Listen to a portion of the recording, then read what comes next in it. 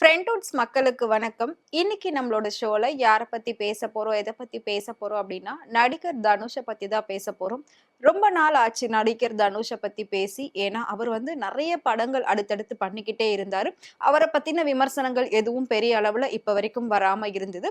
அவர் உண்டு, அவர் வேலை உண்டு அப்படிங்கிற மாதிரி தான் அவர் தொடர்ந்து சினிமாவுல பயணங்கள மேற்கொண்டுட்டு வராரு. அந்த வகையில தன்னுடைய ரசிகர் மன்றத்துக்காக தனி கொடிய அவர் வந்து உருவாக்கியிருந்தாரு. ஸோ அத பத்தி நெறைய வீடியோஸ் வந்து எல்லாருமே சோசியல் மீடியாவுல போட்டிருந்தாங்க. கண்டிப்பா எல்லாருமே பார்த்திருப்போம். ஸோ அதெல்லாம் ஒரு பக்கம் விமர்சனங்களாவும் முடிஞ்சது. இன்னொரு பக்கம் ஆதரவும் அளிச்சிருந்தாங்க. அதைத் தொடர்ந்து இப்போ தமிழ் சினிமாவுக்கே மிகப்பெரிய ஒரு உயரிய அங்கீகாரம் கிடைச்சிருக்கு அப்படின்ற மாதிரி தான் செய்திகள் வந்துட்டு இருக்கு. அது என்ன அப்படின்னு பாத்தீங்கன்னா, இப்போ 72வது தேசிய திரைப்பட விருதுகள் அறிவிப்பு அப்படின்னு சொல்லி ஒரு அறிவிப்பு லிஸ்டையே வந்து வெளியிட்டிருக்காங்க. அதாவது நேஷனல் அவார்ட் வின்னர்ஸ் யார் யாரு இந்த தமிழ் சினிமாவுல 72வது தேசிய விருது இது. சோ கிட்டத்தட்ட இவ்ளோ வருஷங்கள் தொடர்ந்து நடந்துகிட்டு இருக்கு. இதுல எந்தெந்த தமிழ் நடிகர்கள், இயக்குனர்கள், நடிகைகள், இசையமைப்பாளர்கள் அப்படின்னு சொல்லி அவார்ட் வாங்க போறாங்க, அந்த நேஷனல் அவார்ட் வின்னர் யார் யாரு அப்படிங்கிற ஒரு எக்ஸைட்மெண்ட் எப்பவுமே தமிழ் சினிமாவுல ரொம்பவே அதிகமா இருக்கும். அந்த வகையில இந்த வருஷம் பாத்தீங்கன்னா ஒரு இயக்குனரா அது மறுபடியும் தனுஷுக்கு கிடைச்சிருக்கு. நடிகர் தனுஷ் இத பத்தி தான் தன்னுடைய சோசியல் மீடியா பேஜ்ல சூப்பரா போட்டிருக்காரு. சோ இதுல வந்து ஃபர்ஸ்ட் ஓம் நமச்சிவாயா அப்படின்னு சொல்லி தான் அவர் வந்து ஆரம்பிக்கிறாரு. இப்போ முழுக்க முழுக்க அவர் வந்து ஒரு சிவபக்தரா மாறிக்கிட்டே வராரு. எப்பவுமே கழுத்துல ஒரு ருத்ராட்சம் இல்லாம இருக்க மாட்டாரு. எப்போ எங்க வெளியில போனாலும் ஒரு ஒயிட் ஷர்ட், ஒயிட் கலர்ல வேட்டி, இந்த மாதிரி ட்ரெஸ்ஸிங் சென்ஸ்ல தான் அவர் போயிட்டு இருக்காரு. சோ இத பார்க்கக்கூடிய தனுஷ் ரசிகர்கள்லாம் எப்பவுமே ஒரு சூப்பர் ஸ்டார் மாதிரியே ரொம்ப தன்னடக்கம், சிம்பிள், சைலண்ட் அப்படின்ற மாதிரி தான் இருந்துட்டு இருக்காரு. சோ அவருடைய மருமகனா இன்னைக்கு வரைக்கும் அவர் இருக்காரு அப்படின்ற மாதிரி தான் எல்லாருமே பேசிட்டு வராங்க. இப்போ தனக்கு கிடைச்ச இந்த நேஷனல் அவார்டை பத்தி நடிகர் தனுஷ் என்ன சொல்லியிருக்காரு அப்படின்னா, கிட்டத்தட்ட இது வந்து 72வது தேசிய திரைப்பட விருதுகள் வழங்கக்கூடிய ஒரு விழா. இதுல நான் மறுபடியும் விருது வாங்குறேன் அப்படின்னு நினைக்கிறப்போ எனக்கு ரொம்ப மகிழ்ச்சியா இருக்கு. ரசிகர்கள் இல்லாம, மக்கள் இல்லாம இது எதுவுமே சாத்தியம் இல்ல அப்படிங்கிற மாதிரி முழுக்க முழுக்க தன்னுடைய ரசிகர்களை குறிப்பிட்டு தான் பேசியிருக்காரு. என்னுடைய ரசிகர்களுக்கு என்னுடைய படம் ஓடுனதுக்கு என்னுடைய மனமார்ந்த நன்றிகள், வாழ்த்துக்கள், பாராட்டுக்கள் அப்படிங்கிற மாதிரி ரசிகர்களை அப்படியே வந்து புகழ்ச்சி மழையில நனைய வச்சிருக்காரு. நடிகர் தனுஷை பத்தி சொல்லணும் அப்படின்னா, திருடா திருடி படத்துல வந்து சொல்லியிருப்பாரு, என்ன வந்து இப்படி கிண்டல் பண்றீங்களா, 10 வருஷம் கழிச்சு பாருங்க நான் வந்து நேஷனல் அவார்டு வாங்குவேன் அப்படின்னு சொல்லியிருப்பாரு. அதே மாதிரி கரெக்டா 10 வருஷம் கழிச்சு 2011ல ஆடுகளம் படத்துக்காக நேஷனல் அவார்டு வாங்கியிருந்தாரு. சோ அப்படியே அடுத்ததா பாத்தீங்கன்னா வெற்றிமாறன் இயக்கத்துல வந்த அசோரன் படத்துக்கும் அவருக்கு நேஷனல் அவார்டு கிடைச்சது. அதையெல்லாம் தொடர்ந்து இப்போ வந்து கேப்டன் மில்லர் படத்துக்கு சிறந்த இயக்குனருக்கான ஒரு நேஷனல் அவார்டு அவருக்கு கிடைச்சிருக்கு. ஒரு நடிகரா 3வது விருதையும், ஒரு இயக்குனரா முதல் விருதையும் வாங்க போறன்ற அந்த சந்தோஷம் எனக்குள்ள அதிகமா இருக்கு அப்படிங்கிற மாதிரி சொல்லியிருக்காரு. அது மட்டும் இல்லாம இன்னும் நிறைய தமிழ் படங்களுக்கு இந்த நேஷனல் லெவல்ல வந்து அங்கீகாரம் கிடைச்சிருக்கு. அதுல முக்கியமா அமரன் படத்துடைய மியூசிக் டைரக்டர் ஜி.வி. பிரகாஷுக்கும் இந்த அவார்டை வந்து அனௌன்ஸ் பண்ணியிருக்காங்க. சோ இன்னும் நடிகர்கள்ல வேற யார் யாருக்கு அப்படின்றது பெரிய அளவுல வெளியில வரல. சோ இத வச்சு பாத்தீங்கன்னா சிவகார்த்திகேயனுக்கு ஏன் கொடுக்கல, அதாவது அமரன் படத்துல அவரும் ரொம்ப பெஸ்டா நடிச்சிருப்பாரு, சாய் பல்லவியும் சூப்பரா நடிச்சிருப்பாங்க, மேபி நடிகைகள் லிஸ்ட்ல சாய் பல்லவி வந்துருவாங்க, பட் சிவகார்த்திகேயனுக்கு ஏன் கொடுக்கல அப்படின்ற மாதிரி அவங்களோட ரசிகர்கள் எல்லாம் கேள்வி கேட்டுட்டு இருக்காங்க. சோ இதுல வந்து பாத்தீங்கன்னா முழுக்க முழுக்க கேப்டன் மில்லர் திரைப்படம் தனுஷுக்கு ரொம்ப நெருக்கமான ஒரு படம். அவருக்கு மனதுக்கு ஒரு சில படங்கள் எப்படி ரொம்ப பிடிக்குமோ அந்த வரிசையில கேப்டன் மில்லர் படம் அப்படிங்கிறது எனக்கு ரொம்ப பிடிச்சமான ஒரு படம், என்னோட வாழ்நாள்ல அதை மறக்கவே முடியாத ஒரு படம் அப்படிங்கிற மாதிரி சொல்லியிருக்காரு. சோ அந்த கேரக்டருக்கு கிடைச்ச முழு ஒரு வெற்றியா தான் இதை நான் பாக்குறேன் அப்படின்ற மாதிரியும் சொல்லியிருக்காரு. அதை தொடர்ந்து மகாராஜா படத்துல சாச்சனா நடிச்சிருந்தாங்க, விஜய் சேதுபதிக்கு பொண்ணா. சோ அந்த படம் விஜய் சேதுபதி அவர்களுடைய 50வது படம்.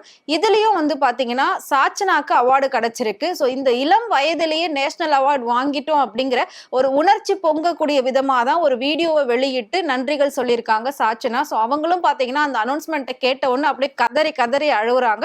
அவங்களோட ஃபேமிலிஸ் எல்லாமே அவங்களுக்கு ஸ்வீட் எல்லாம் கொடுத்து விஷஸ் பண்ணிட்டு இருக்காங்க. இதை பார்த்த சாச்சனாவோட ரசிகர்களும் பாத்தீங்கன்னா அவங்களுக்கு தொடர்ந்து வாழ்த்துக்களை சொல்லிட்டு வராங்க. இந்த நிலையில சாச்சனா பிக் பாஸ் போயிட்டு நிறைய நெகட்டிவான கமெண்ட்ஸ் தான் வெளியில வெளியில கொண்டு வந்தாங்க. சோ அப்படி இருக்கிற பட்சத்துல அவங்களுக்கு அடுத்தடுத்த பட வாய்ப்புகள் வரும் அப்படின்னு அவங்க நினைச்சிருந்தாங்க. பட் அந்த ஒரு படத்துக்கு அப்புறம் அவங்களுக்கு பெரிய அளவுல பட வாய்ப்புகள் இப்ப வரைக்கும் வரல. வேற எந்த ஒரு சீரியல், வெப் சீரிஸ் எதுலயுமே அவங்க வந்து பெருசா பண்ணல. மேபி ஸ்டடீஸ்ல அவங்க கான்சென்ட்ரேட் பண்ணிருக்கலாம். சோ படம் அப்படிங்கிறப்போ தன்னுடைய முதல் படத்திலேயே இவ்ளோ பெரிய ஒரு நேஷனல் அவார்ட் தனக்கு கிடைச்சிருக்கு அப்படிங்கிறப்ப அது பார்த்து ரொம்பவே அந்த குடும்பம் சந்தோஷப்படுது. சாச்சனாவும் பயங்கரமா அழுதுட்டு இருக்காங்க. சோ இத கேள்விப்பட்ட விஜய் சேதுபதி சாச்சனாக்கு கால் பண்ணி விஷும் பண்ணிருக்காரு. சோ தொடர்ந்து பாத்தீங்கன்னா தமிழ் சினிமாவுக்கு இந்திய அளவுல மிகப்பெரிய அங்கீகாரம் கிடைச்சிருக்கு. நிறைய படங்கள், நிறைய இயக்குனர்களுக்கு இந்த மாதிரி ஒரு வாய்ப்பு கிடைச்சிருக்கு. நிறைய படங்கள் தமிழ் சினிமாவில் அங்கீகரிச்சு கொடுக்கறாங்க அப்படின்றது ரொம்பவே பெருமையான ஒரு விஷயமா இருக்கு அப்படிங்கிற மாதிரி தான் இந்த நேஷனல் அவார்ட் வின் பண்ண ஒவ்வொருத்தருமே பேசிட்டு வராங்க. அதாவது கேப்டன் மில்லர் படத்துக்கு ஸ்பெஷல் மென்ஷன் அப்படிங்கிற ஒரு அவார்டும், ராயன் படத்துக்கு தான் சிறந்த இயக்குனர் அப்படிங்கிற ஒரு அவார்டும் அவருக்கு கொடுத்திருக்காங்க. சோ இத பார்த்து தனுஷ் ரொம்பவே சந்தோஷமா இருக்கு. ரசிகர்கள் இல்லாம எதுவுமே கிடையாது, ரசிகர்களுக்கு தான் என்னுடைய முதல் நன்றி அப்படிங்கிற மாதிரி தொடர்ந்து ரசிகர்களுக்கு நன்றி சொல்லிட்டு அதுக்கப்புறமா ஹரஹர மகாதேவா அப்படின்ற மாதிரி சிவனையும் போற்றி சில வரிகளை அவர் வந்து பதிவிட்டிருக்காரு. சோ இத பார்க்கக்கூடிய தனுஷ் ரசிகர்கள்லாம் ரொம்பவே சந்தோஷத்துல இருக்காங்க. அவருக்கு எல்லாருமே தொடர்ந்து வாழ்த்துக்களை சொல்லிட்டு வராங்க. தனுஷை பாக்குறதுக்காகவே டே பை டே பாத்தீங்கன்னா அவங்க வீட்டு முன்னாடி எக்கச்சக்கமான ரசிகர்கள் பட்டாளமே குவிஞ்சுக்கிட்டு வராங்க. இன்னொரு பக்கம் தனுஷ் வந்து அரசியல்ல போக போறாரா, அதனாலதான் கொடியெல்லாம் அவர் லான்ச் பண்ணாரா அப்படிங்கிற மாதிரியும் ஒரு பக்கம் பேசிட்டு இருக்காங்க. மேபி அவர் ரசிகர் மன்றத்தை மட்டும்தான் மைண்ட்ல வச்சுக்கிட்டு அந்த கொடியை பண்ணாரா, இல்லாட்டி அரசியலுக்கு ஃபியூச்சர்ல யூஸ் ஆகுன்றதுக்காக அந்த கொடியை பண்ணாரான்றது தெரியல. பட் அவருக்கான ரசிகர்கள் கூட்டம் நாளுக்கு நாள் சேர்ந்துகிட்டே போகுது. யாராலையும் கண்டிப்பா கெஸ் பண்ண முடியாத அளவுக்கு தான் இப்போ நம்மளோட தமிழ்நாட்டுல ஒவ்வொரு விஷயம் நடந்துகிட்டு இருக்கு. அந்த வகையில தன்னுடைய முதல் தேர்தலையே இந்த அளவுக்கு வெற்றி பெறுவாரா விஜய் அப்படின்னு சொல்லி நம்ம எல்லாருமே அதிசயமா ஆச்சரியமா பார்த்துட்டு இருந்தோம். அதே மாதிரி அவரும் வெற்றி பெற்றாரு. சோ இதை தொடர்ந்து இன்னும் அடுத்தடுத்த நடிகர்கள்லாம் அரசியலுக்குள்ள வர்றதுக்கு நிறைய பேர் ரெடியா இருக்காங்கன்ற மாதிரி நியூஸும் வந்தது. இன்னும் ஒரு 5-10 வருஷங்கள்ல தனுஷ் கூட பாத்தீங்கன்னா அரசியலுக்கு வரலாம். சோ நம்மளால எதுவுமே இப்ப கெஸ் பண்ண முடியாது. இன்னும் ஒரு 10 வருஷம் கழிச்சு அவரை கூட நம்ம முதலமைச்சரா பார்க்கலாம். என்ன வேணாலும் நடக்கலாம். தமிழ்நாட்டை பொறுத்த வரைக்கும் மக்கள் மனசு வச்சாங்க அப்படின்னா ஒருத்தரை எவ்வளவு உயரத்துல வேணாலும் கொண்டு போய் விடுவாங்க. அதே மக்கள் வேண்டாம் அப்படின்னு நினைச்சிட்டாங்கன்னா அவங்கள கொஞ்சம் கூட திரும்பி கூட பார்க்க மாட்டாங்க. அவங்க எவ்வளவு பெரிய ஆளா வேணாலும் இருந்துட்டு போகட்டும் அப்படிங்கிறதுக்கு எடுத்துக்காட்டு மாதிரி தான் இப்போ தமிழ்நாட்டுல ஒவ்வொரு விஷயமும் நடந்துகிட்டு இருக்கு. சோ எல்லாருமே வந்து இப்போ தனுஷுக்கு வாழ்த்துக்கள் சொல்லிட்டு வராங்க. ரசிகர்களை தாண்டி நிறைய திரை பிரபலங்களும் தனுஷுக்கு வாழ்த்துக்கள் சொல்லிட்டு வராங்க.